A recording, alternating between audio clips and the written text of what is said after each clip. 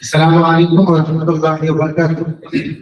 اب آخری دن کی آخری کڑی کو جسے باندھنا ہے وہ استاد محترم ہمارے درمیان آ چکے ہیں. میری خوش قسمتی تھی کہ مجھے استاد محترم کا تعارف دینے کا موقع ملا تھا، اور میں یہ بھی بتا دوں کہ استاد محترم کسی قسم کے تعارف کے محتاج نہیں ہے.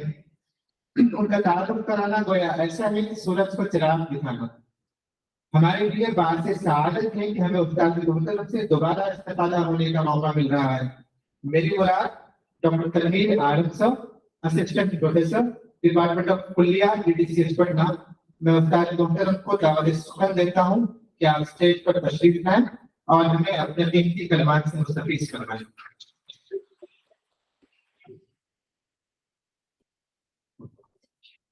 تھینک یو علی. آج آخری دن بھی ہے اور سلسلے میں جو ٹاپک ہے بہت ہی اہم ہے کہ معاہدے بکراتیہ، یا جس کو ہپوکریٹک اوتھ بھی کہا جاتا ہے. تو یہ بکرات نے اس کی شروعات کی تھی. بکراتی نے معاہدے بکراتیہ لکھا، اس لیے اس کو معاہدے بکراتیہ کہا جاتا ہے یا ہپوکریٹک اوتھ کہا جاتا ہے.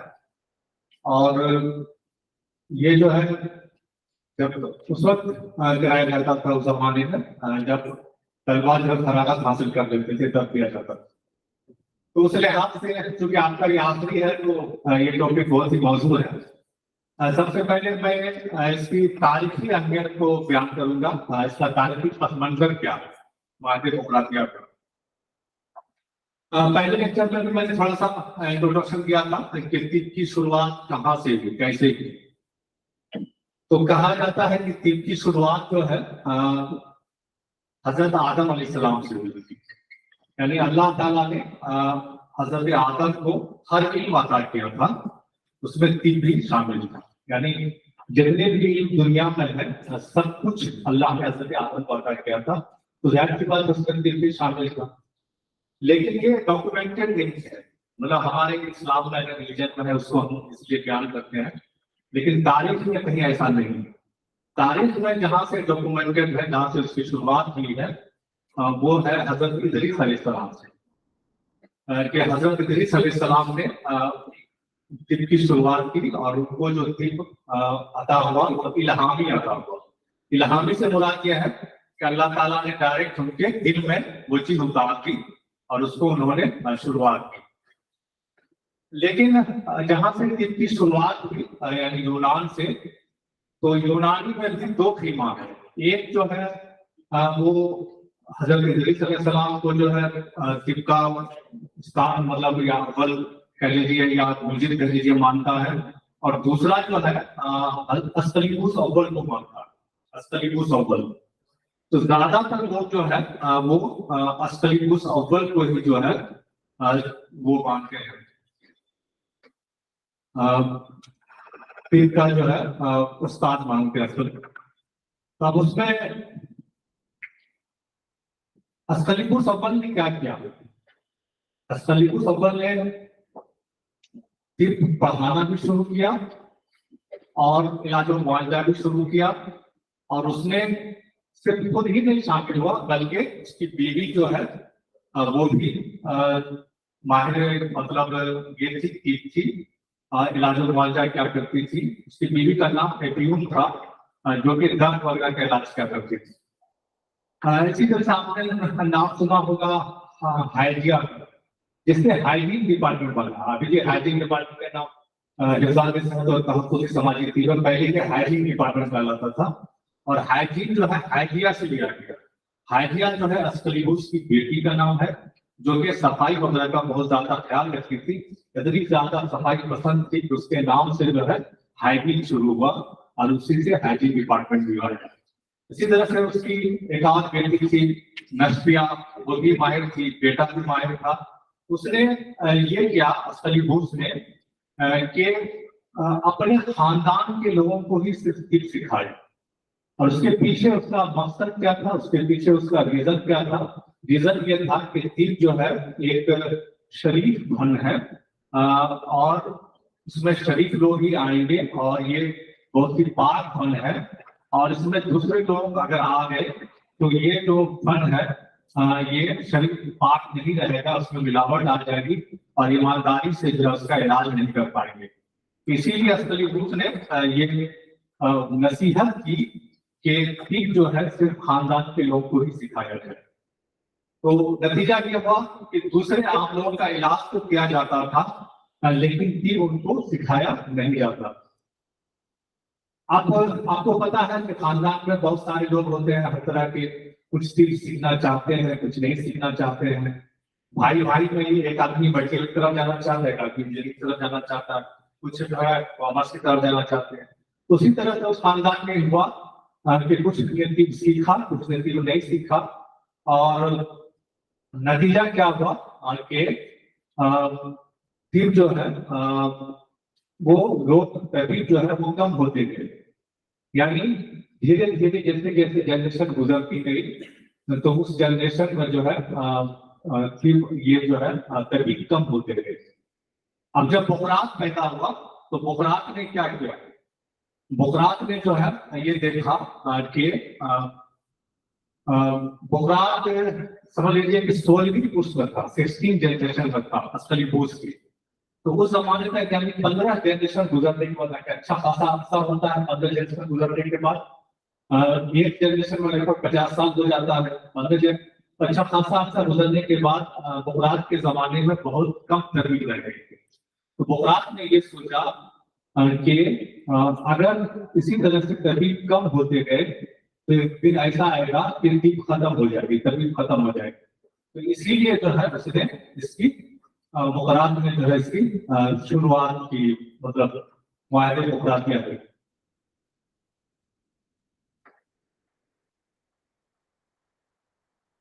नेक्स्ट लाओ यार स्क्रॉल कर। तो अब जो है मतलब इसकी हिस्टोरिकल बैकग्राउंड इस तरह से हुआ कि बोकरात ने जो है क्यों मुआहदे बोकरातिया को लिखा। ठीक है, इतना समझ में आ गया आप लोग। तो आप जो है उसकी गत क्या वजह है इसकी, जो मुआहदे बोकरातिया है या हिप्पोक्रेटिक ओथ, उसकी जरूरत क्यों पड़ी। तो जब बोकरात ने इसको आम किया तो उसके मन में थोड़ा सा डर भी हुआ। जैसे होता है एक रिवायत चली आ रही है, आती है, और अगर आप उस रिवायत से कुछ हट के काम करते हैं तो बहुत सारा क्रिटिसिज्म होता है, फिर अपने अंदर भी खौफ होता है कि कहीं ऐसा ना हो कि हम ये गलत कर रहे हैं। तो चूंकि 15 जनरेशन एक अच्छा खासा अरसा होता है, 600-700 साल होता है। तो 15 जनरेशन का जो है ये हुआ कि तीर जो है खानदान में ही रहेगी, खानदान से बाहर नहीं रहेगी।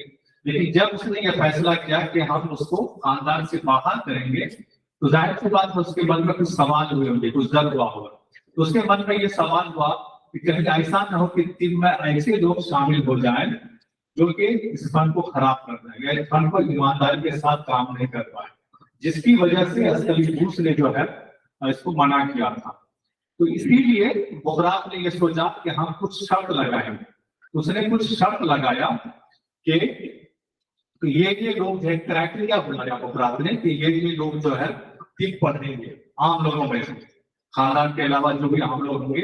अब उसमें उसने जैसे शरीफ होना एक शर्त लगाया कि बहुत शरीफ हो, फिर उसने लगाया कि ईमानदार हो ताकि ईमानदारी से वो अपना काम कर सके और दूसरे जो है उसमें बेईमानी ना हो, लोगों के साथ बेहतर सुलूक हो। इस तरह से बहुत सारा क्राइटेरिया उसने रखा।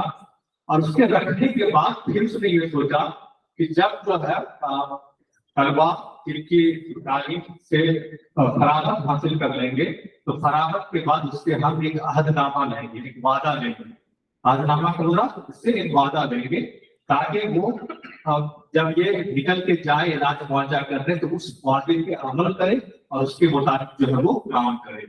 उसकी यही था कि जब बोकरात के शागिर्द जो है आपका फिर की तालीम मुकम्मल कर लेते तो मैदान अमल उतरने से पहले बोकरात में जो है क्या करता था, उस अहदनामा को पढ़वाता था और उस पर कारबंद रहने का अहद देता था। यानी कारबंद रहने से बोला यह था कि उसी के मुताबिक काम करना है, जो आपने अहदनामा किया है उसी के मुताबिक काम करना।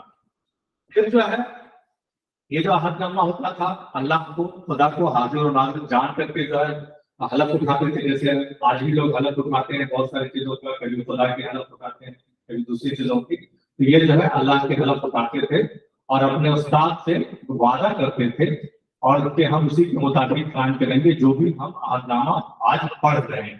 तो बुकरात जब तालीम मुकम्मल करने के बाद हर शागिर्द से जो है वो अहदनामा आपके पढ़वाता था।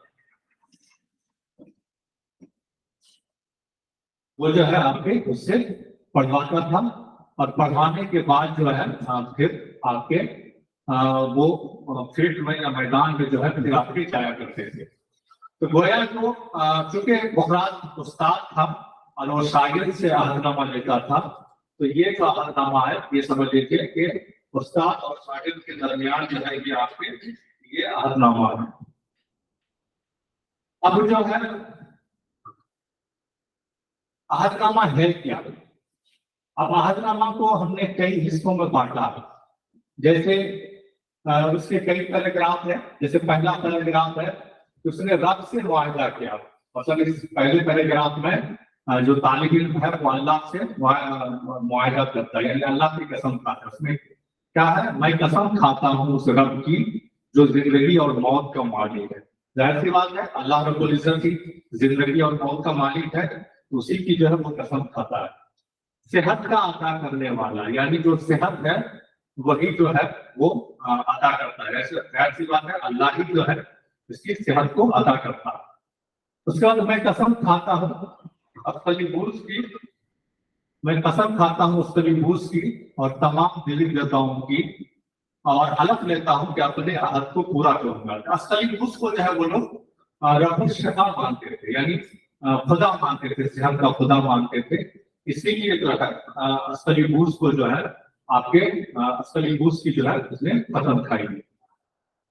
उसके बाद जो नेक्स्ट आपके अहदनामा है वो है आपके उस्ताद से, यानी अपने उस्ताद के मुताबिक जो उसमें कहा गया है कि मैं अहद करता हूँ अपने उस्ताद को जिसने मुझे इस सनद की तालीम की है, बेमिसल ही अपने वालिद के मानूंगा। यानी जो भी उस्ताद ने मुझे पढ़ाया है उस पर उसको मैं अपने उस्ताद को जो है अपने वालिद की तरह मानूंगा और मुआश का उसका हिस्सा होगा। मुआश का मतलब इकोनॉमी, यानी जो भी हम कमाएंगे उसमें उस्ताद का भी हिस्सा होगा। इससे मुराद यह है कि उस्ताद को अगर कोई जरूरत पड़ी किसी भी चीज की मुआशी तौर पर या इकोनॉमिक तौर पर, तो मैं उसको उस्ताद को दूंगा।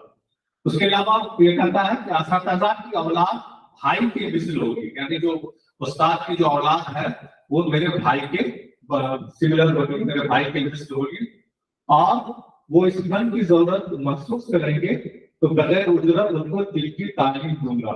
यानी अगर जो है वो इस फन को सीखना चाहेगा, अगर उस्ताद का बेटा जो है दिल को सीखना चाहेगा तो बगैर कोई पैसा लिए हुए, बगैर कोई उजरत किए हुए मैं उनको इसकी तालीम दूंगा। ये हो गया आपके उस्ताद से मुआहदा। उसके बाद जो है मरीज से मुआहदा, यानी मरीज के मुताबिक भी इस अहदनामे में आद लिया जाता है। उससे यह है कि ये कहा गया कि मरीजों का फायदा मेरा फर्ज अव्वलीन होगा, यानी हर हाल में जो है मरीज के फायदा को हम फौकियत देंगे, मरीज के फायदा का भी मेरा अव्वलीन फर्ज होगा। मुझे अशिया के इस्तेमाल से उनको मना करूंगा, यानी जो ऐसी चीजें जो कि नुकसान में है उससे जो है उनको क्या करेंगे, उनसे उनको मना करूंगा। मुहरिक दवा किसी को न दूंगा, यानी कोई भी नुकसान देने वाली दवा जो है वो मैं किसी को न दूंगा, चाहे कोई असरार ही को नहीं करे, यानी चाहे कोई उसका सीधी को नहीं करे, लेकिन किसी को ऐसी दवा मैं नहीं दूंगा जो कि नुकसान करती है। अन्य किसी को मुहरिक दवा के बारे में बताऊंगा, यानी कोई भी किसी को ऐसी दवा के बारे में मैं नहीं बताऊंगा कि उससे उसको नुकसान, ठीक है। उसके बाद जो है इसमें ये क्या है, औरतों से मुआहदा। औरतों से मुआहदा का मतलब ये हुआ कि औरतों को इस्पात हमल अदविया हरगिज़ न दूंगा, यानी जो इस्पात हमल कहते हैं एबॉर्शन वाली जो दवा होती है, तो एबॉर्शन वाली दवा जो है औरतों को बिल्कुल नहीं दी जाएगी।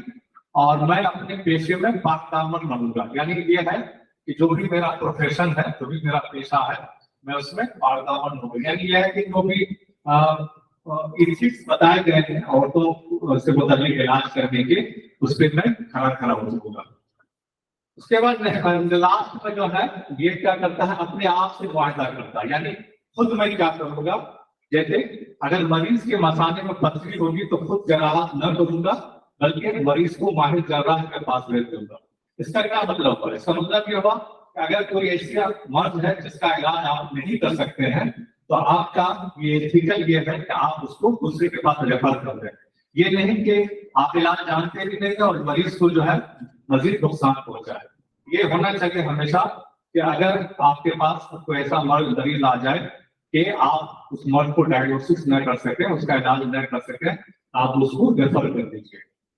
उसके बाद नेक्स्ट है मरीज के राज फास्ट नहीं करूंगा, यानी जो मरीज और डॉक्टर के बीच में बहुत अहम राज होता है, बहुत सारी राज की बातें हैं जो मरीज जो है दूसरे को नहीं बताता है, सिर्फ और सिर्फ अपने डॉक्टर को ही बताता है। तो डॉक्टर की ये जिम्मेदारी है आज भी कि वो अपने राज को जो है किसी को नहीं बताए, बल्कि हमेशा अपने दिल में रहे, किसी को भी न बताए उसके।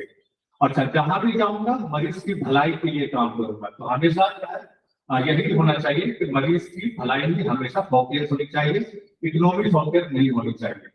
तो ये जो है आपके मुआहदे मुकर्ररिया है, थोड़ा सा तो है लेकिन इसके बहुत सारी चीजें हैं। अगर इसको गौर से पढ़िएगा तो इसमें अल्लाह से भी मुआहदा किया गया है, उस्ताद से भी मुआहदा किया गया है, इथिक्स बयान किया गया है औरतों से इलाज के सिलसिले में, और उसके अलावा जो है फिर ये जो है अपने आप से भी मरीजों से भी मुआहदा किया गया है। तो मैं उम्मीद करता हूँ कि आपको शुरू ही में बता दिया गया कि आप लोग इसके कारगर तरीके से चलेंगे।